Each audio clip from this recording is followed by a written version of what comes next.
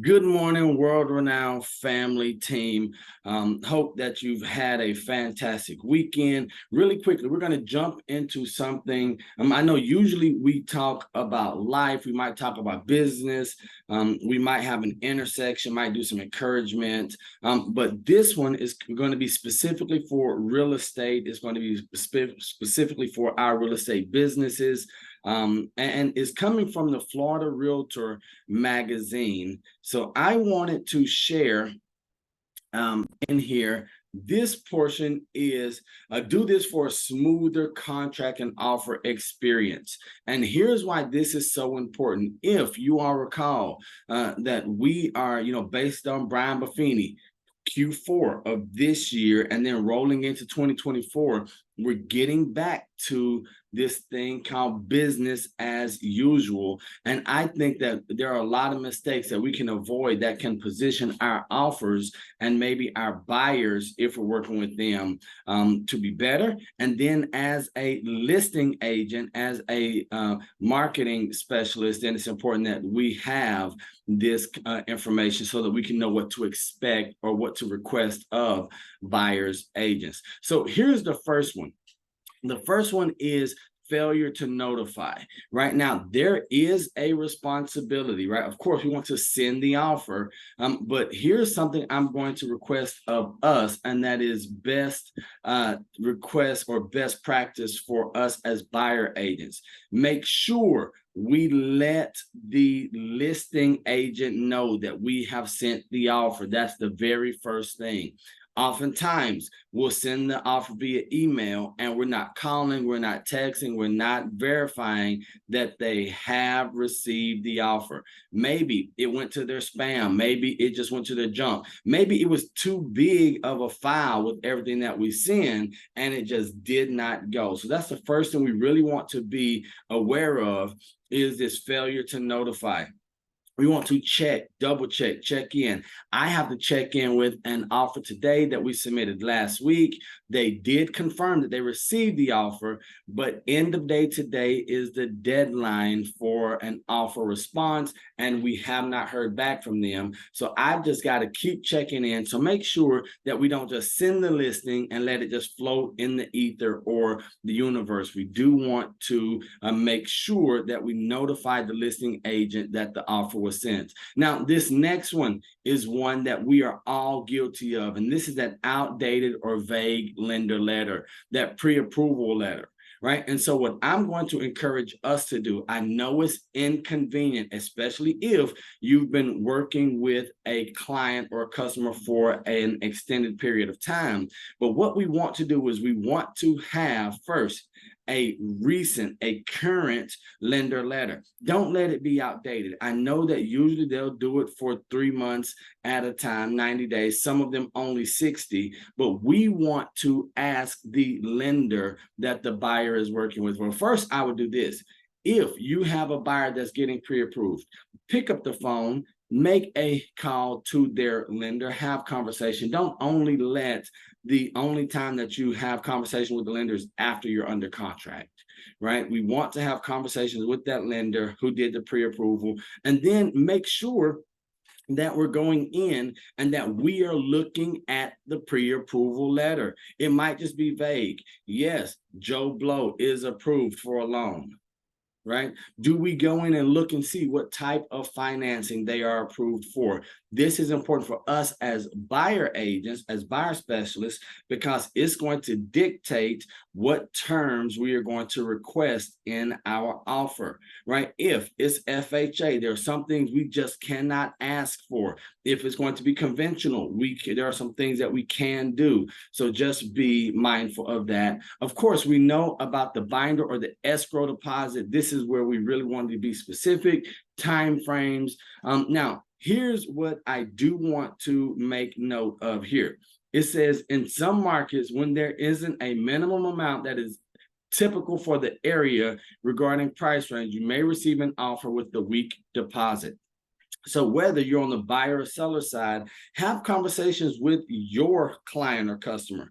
Ask them, how much deposit do you want to make? How much deposit do you want to see in order for it to be a strong offer?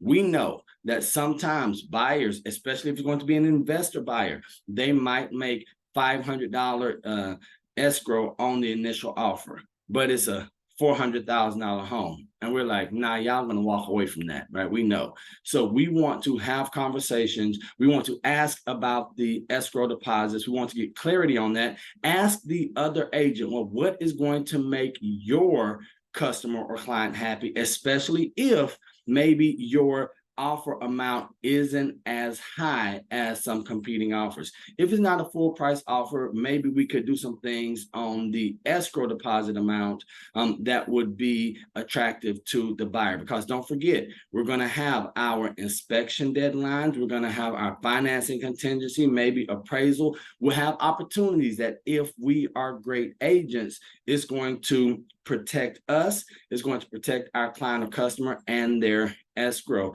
And then the second part I'm going to ask us to consider is really consider using that second escrow deposit field, right? I know some of us are just like one deposit, but what we are in the practice of and what has really been making a difference is, especially on the larger properties, and I just want to tell you all, South Florida is becoming a luxury market, period.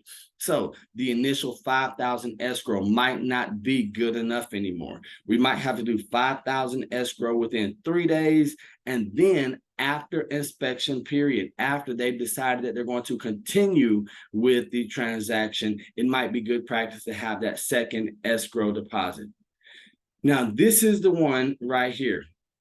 Contract time frames. I know we don't like doing it, but we must count.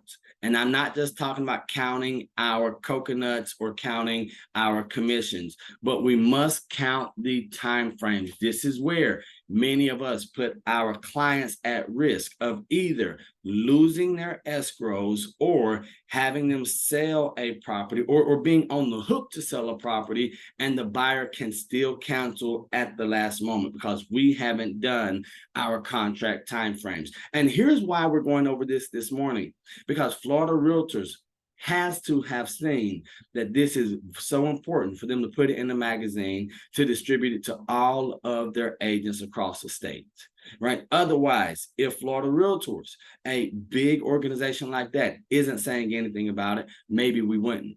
But if they do, then we have to do that as well. We have to acknowledge. And here's one that I want to bring to our attention. It says, don't write in a 15-day closing just to get the offer accepted if you haven't discussed that with the buyer's lender first. Before we submit offers, so many conversations must be had. Oftentimes, we might have to have conversations with their lender. We might have to have conversations with title if we're on the seller side or the buyer side. How quickly do you all typically close? What can you do? You've got to look at the calendar to see if there are holidays coming up, right? This is also why I encourage us to utilize the service of a transaction coordinator, but they only come in after this contract is fully executed. So we want to be aware of those time frames. And then over here with the seller concessions, this goes back to the second part when we're talking about checking out that lender letter, because if it is FHA or conventional, maybe it's hard money or cash, is going to determine what types of things we can ask for and the amounts that we can ask for in the contract from seller concessions. And then it says here, make sure you clarify with the buyer's lender before writing an offer what you can request based on the kind of loan the buyer is doing. And then the next two words are words matter. Words do matter, ladies and gentlemen. Are you asking for up to a percentage of the purchase price or a dollar amount? Have you walked through what the closing costs and or prepaids are for the buyer so you can request an appropriate concession? All of this gets down to these sticking points. On professional standards, I'm telling you, we have so many issues where the public is coming after realtors because they misworded a phrase. Now, when we talk about seller concessions here, I just want to pause for a minute and caution all of us. be careful about what we add to those additional terms or special clauses in the contract. If it hasn't been vetted through your broker, if it hasn't been vetted through an attorney, be careful about putting it in there, because unless it's an addendum that is already pre-written, we could be voiding out something else that is already in the contract. And so the reason I'm bringing this up, not only Florida Realtors, but then a number of friends of mine from across the country have reached out over the past couple of weeks asking some questions, getting some clarification. We've been having power hours, masterminds around them, and we're finding that more and more agents are putting things in the contract that are voiding out other portions of the contract, and it's just bad for everyone all around. And then I also have the luxury of having wife who is a transaction coordinator, of course, and she's seeing a lot of these things with other agents, other clients, and they're coming back. And so we're having some discussion. And then what stays or goes, what personal items are a part of the contract and what is not? Is the chandelier in the living room going or staying? It needs to be on the contract. Is the refrigerator, and we know, guys, that the only thing they have in the house is the ugly refrigerator in the garage, and they're taking it with them.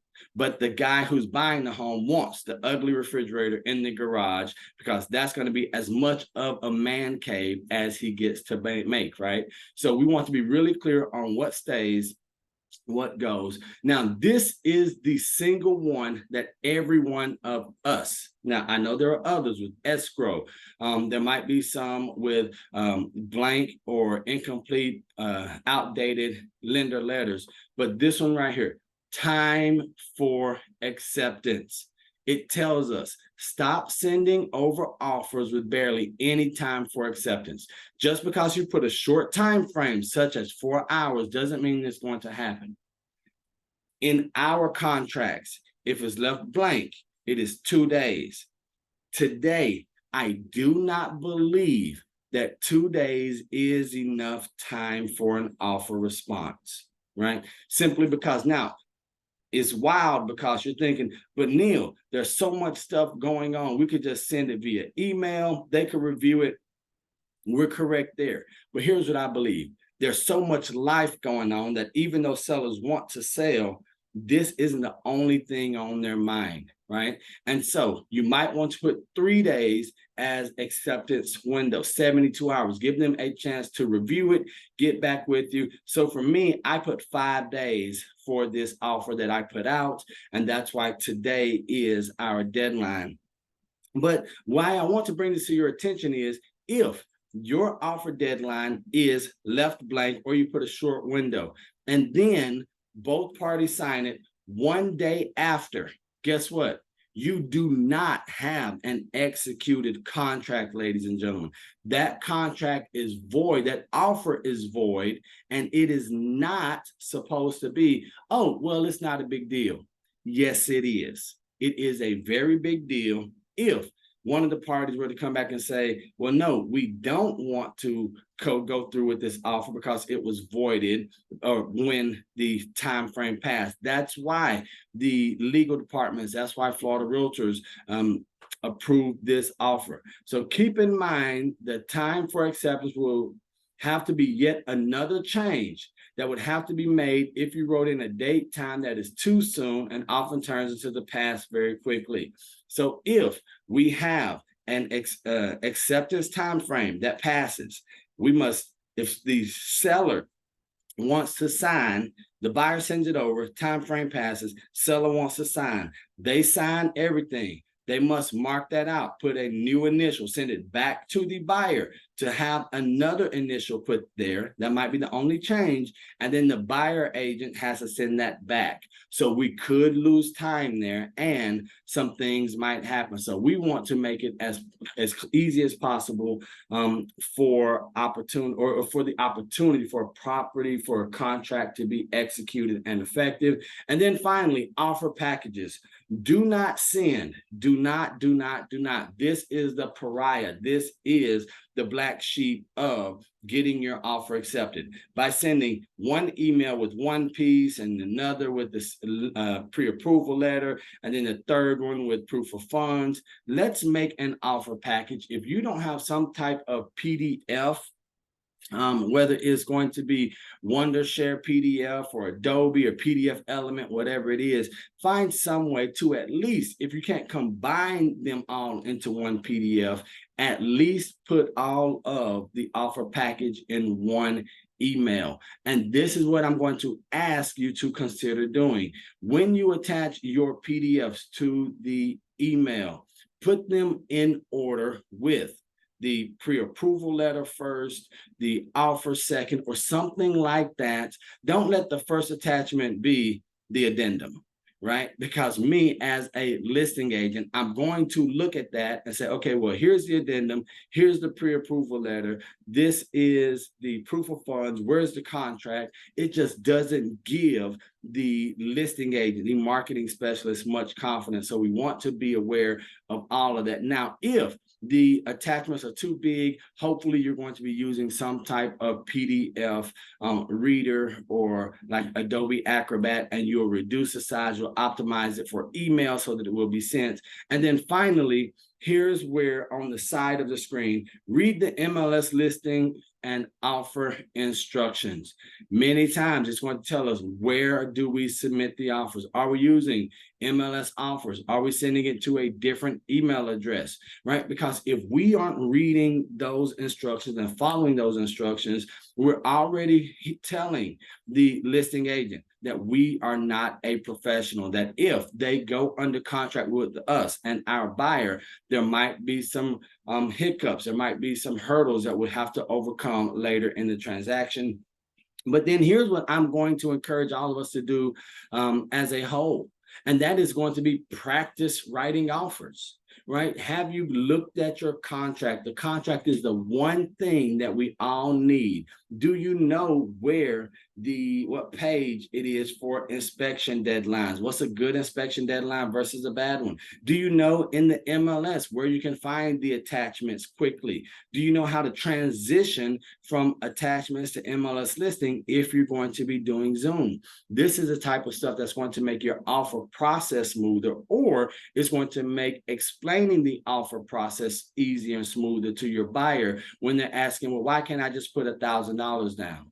Well, we might put $1,000 down if we're having a 3-day inspection, but on the 5th day, we need to increase that to $10,000 escrow deposit, right? So these are the types of things that Florida Realtors, that I, myself, that some of our friends, colleagues are seeing just around the industry. And so we wanted to highlight it to you all. And I'm going to put this back in the YouTube and Facebook for all of us so we can go back and review it. So I'm going to stop the share. Then we're going to open up and have discussion if you all have any.